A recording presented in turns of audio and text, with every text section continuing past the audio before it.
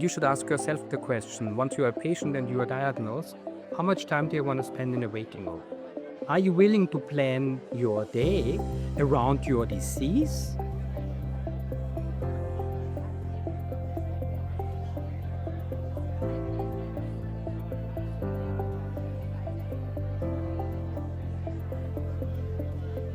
I think the first thing is you've got to put the patient at the center of any health system. You've got to have the point of contact as close to the individuals as possible. Community clinics and having community nurses and doctors in the local community. So you've got to have a flexible approach.